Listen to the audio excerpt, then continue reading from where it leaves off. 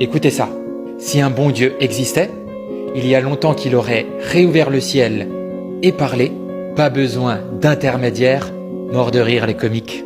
Alors le comique, c'est plutôt toi, parce que les 3 points dont tu me parles, c'est justement ce qu'il a accompli. Je t'explique. À la base, Dieu parlait directement à Adam et Ève, mais ils ne l'ont pas écouté et se sont détournés de lui.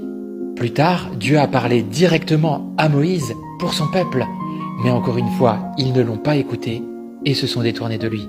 Puis Dieu parla à de nombreux prophètes au cours des siècles, et encore une fois, le peuple s'est détourné de lui. Alors tu nous dis que si Dieu existait, il aurait depuis longtemps réouvert le ciel pour nous parler. J'ai une bonne nouvelle pour toi. Il l'a fait, et bien plus encore. Il y a 2000 ans, il a réouvert le ciel, mais il ne s'est pas contenté de nous parler de tout là-haut depuis son trône, pour une énième fois, comme tu le proposes.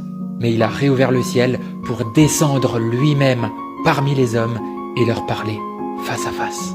Il est venu sous la forme de Jésus, se dépouillant de toute sa gloire du Dieu Tout-Puissant, mettant son esprit dans un corps humain afin de vivre parmi nous, comprendre nos souffrances, nos douleurs, nos tentations. Il a lui-même subi tout ça. Lui qui était parfait et sans péché, il va alors aller sur la croix et devenir lui-même péché, le péché de l'humanité.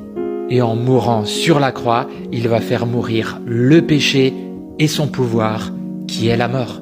Donc tu me dis également, pas besoin d'intermédiaire, et tu as raison, c'est également ce que Dieu a accompli. Dieu, dans sa sainteté, ne pouvait pas être en présence de nous, humains pécheurs, car on mourrait devant sa présence. Mais en venant parmi nous et en clouant le péché à la croix, il nous lave de tout péché et nous rend à nouveau dignes de s'approcher de lui. Nous pouvons alors avec pleine assurance nous rapprocher du trône de grâce parce que Dieu a ouvert le ciel à travers le sacrifice de Christ. Sois béni.